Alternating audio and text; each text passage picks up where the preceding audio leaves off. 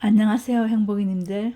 오늘은 신상웅 연색가님의 쪽빛으로 난 길을 읽어드릴게요. 쪽빛으로 난 길은 쪽빛 연구가 신상훈 씨가 중국과 일본을 염색을 찾아서 떠난 여행이에요. 이 신상훈 작가는 하포, 천에 꽃무늬가 그려진 푸른 천에 하얀 꽃무늬가 그려진 하포를 찾아 떠나는 여행이에요. 흰 무명에 처음 푸른색이 스며들던 순간을 기억한다. 색도 소리를 내는 것이 아닐까 의심했다. 올과 올 사이를 밀물처럼 파고들던 색의 움직임 때문이었을 것이다. 실올과 색소의 결합은 마치 흰색과 푸른색의 강렬한 소용돌이처럼 짜릿했다. 격한 사랑을 나누는 것처럼도 보였다. 항아리 속을 떠돌던 푸른색은 천을 만나 비로소 온전한 자신의 자리를 얻었다. 여름부터 늦가을까지 물을 들였다. 푸른색 천들이 하나둘씩 쌓여갔다. 먹는 것이 아니라는 사실에 불현듯 현기증이 일었지만 그래도 곡간을 채워가듯 뿌듯한 나날이었다. 그러니까 염색을 하니까 염색한 천이 자꾸자꾸 쌓이죠. 그런데 신상훈 염색가님은 먹고 사는 게 먼저니까 이 천이 쌀이 아닌 것이 현기증이 나는 거죠. 쌀이었으면 좋겠는 거죠. 염색가님은. 가끔씩 천을 펼쳐 흔들면 푸른색이 먼지처럼 피어올랐다가 가라앉았다. 두 손도 푸른 물이 들었다. 색이 겹쳐 진할 대로 진해진 피부에선 옅은 자주색이 섞인 광택이 났다. 잠깐 동안이어서 나만 알 수 있었다. 그 즈음엔 주변이 온통 푸른색 천지였다. 쪽에서 풀려나온 색소들은 물을 들이는 횟수와 천의 두께 혹은 내가 가늠하기 어려운 다른 조건들에 의해서 저마다의 푸른색으로 살아났다.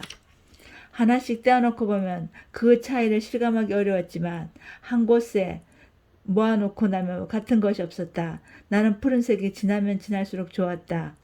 어떤 블루라는 경계를 넘어선 듯 보였다. 한 10줄 건너뛸게요. 작년 가을 나의 하포 두루마기를 유해보에게 빌려줬는데 이번 수조 때 천릭 아래 입어야겠으니 즉시 찾아 보내줬으면 한다. 박지원 선생이 고추장 작은 단지를 보내니 쓴 거예요. 박지원 선생은 유해보라는 사람에게 하포를 빌려준 거예요. 하포 두루마기를. 그러니까 꽃무늬 두루마기를 빌려준 거죠. 근데 이제 자기가 입어야겠으니 찾아오라는 거예요. 아들에게. 하포라니 나는 눈이 번쩍 뜨였다. 주석에는 하포를 밤물빛, 검은 빛을 띤 남빛 바탕에 흰 꽃무늬를 박은 무명이라고 했다. 밤물빛은 진한 푸른색을 말한다. 푸른 쪽에서 나온 색이었다. 그런데 하포, 아니 흰 꽃무늬라니 순간 머릿속으로 푸른색 천 위에 찍힌 흰 꽃들이 떠다녔다.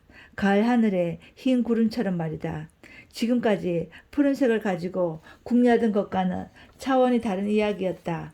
말하자면 도공이 그릇의 표면에 무늬를 남기던 낱낱이 천마다 고유한 이름을 주는 것과 다르지 않았다. 뭉게구름, 새털구름, 그리고 비행운까지 설레기 시작했다. 푸른색과 천의 생기를 불어넣는 일이라면 마다할 이유가 없었다. 연한 박지원이 아들에게 보낸 편지글이었다. 그가 화려한 꽃무늬가 그려진 푸른색 하포 두루마기를 입고 활보하던 조선시대의 거리 풍경은 어떤 모습이었을까? 그 두루마기에 그려진 무늬가 궁금했다. 하포와 관련된 또 다른 기록도 그의 아들이 쓴 과정록에 보였다. 아버지가 안이 현감으로 계실 때다. 청지기로 하여금 기름 먹인 두꺼운 종이에다가 만자의 초전을 새기게 했는데 흡사 비단옷에 박힌 꽃문양 같았다. 거기에 안료와 양재문 등을 먹여 무명배에 대고 눌러 찍어 염색을 했는데 시전에서 배에다 꽃무늬 물을 들이는 것과 같았다. 혹은 나무에다 그 문양을 새겨 배에 찍어서 이불이나 요 휘장 따위를 만들어 생활하게 하였다. 흰 천에다가 염색 물감으로 도장을 찍어가지고 천에다 찍어서 생활에 사용하는 거죠. 얼마나 아름다웠을까요? 푸른 천에 하얀 꽃무늬가 그려진 두루마기를 입고 사람들이 거리를 활보하면 또 얼마나 아름다웠을까요? 쪽을 이용한 염색이라고 단정 짓기는 어려웠지만 무늬를 넣은 천으로 옷을 지어 입거나 일상생활에 심심치 않게 사용했다는 점은 분명해 보였다. 당시 독점적 영어권을 부여받고 국가에서 필요한 물품을 조달하던 유기전에서 하포를 포함한 다양한 색의 천을 팔았다는 기록과 함께 하포가 거래되는 가격도 남아있지만 생각만큼 다양한 정보가 전해지지는 않았다. 하포가 일상생활에 널리 사용된 것은 아니었던 모양이다. 그건 좀 아쉬운 대목이었지만 예상과는 다르게 당시 조선의 거리 풍경은 제법 화사했나 보다. 지난 이의 눈길께나 끌었을 그 하포들은 다 어디로 사라져 버린 것일까? 하포의 실물을 본 것도 그 즈음이었다. 비록 사진이기는 했지만 기록으로만 떠돌던 하포가 눈앞에 나타났다. 장곡사에서 나온 복장 유물이었다. 이 장곡사를 검색해 봤더니 충청도 청양에 있다고 나오더라고요. 청양은 아직 못 가봤는데 한번 가봐야 되겠어요. 오래된 절인가 봐요.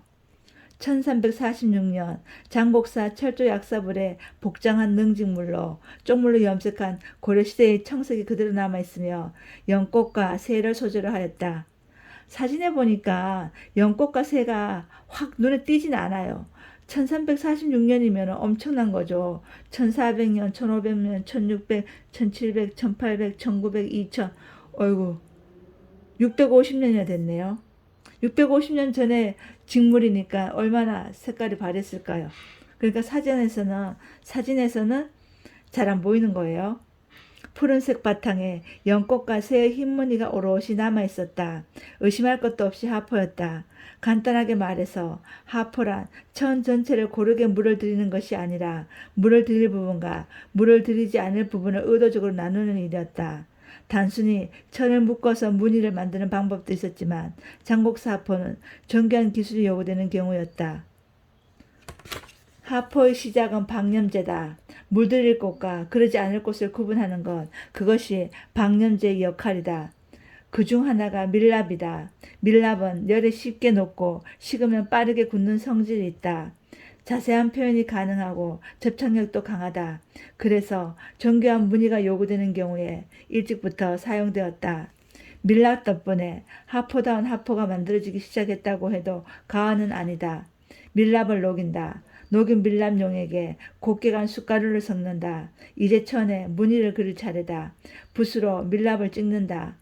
천에 점을 하나 그리면 꽃잎이 될 것이고 5개를 빙 둘러 찍으면 꽃송이가 된다. 그리고 푸른색을 들였다. 가장 진한 색이 될 때까지 물들이기를 반복했다. 밀랍은 천에서 떨어지지 않고 살아남았다. 가장자리만 조금 미세한 금이 같다. 끓는 물에 푸른색 천을 넣었다. 잠시 숨을 죽이고 기다렸다. 천을 움직이자 밀랍이 조금씩 녹아내렸다. 드디어 흰 꽃송이가 피어났다. 하포였다.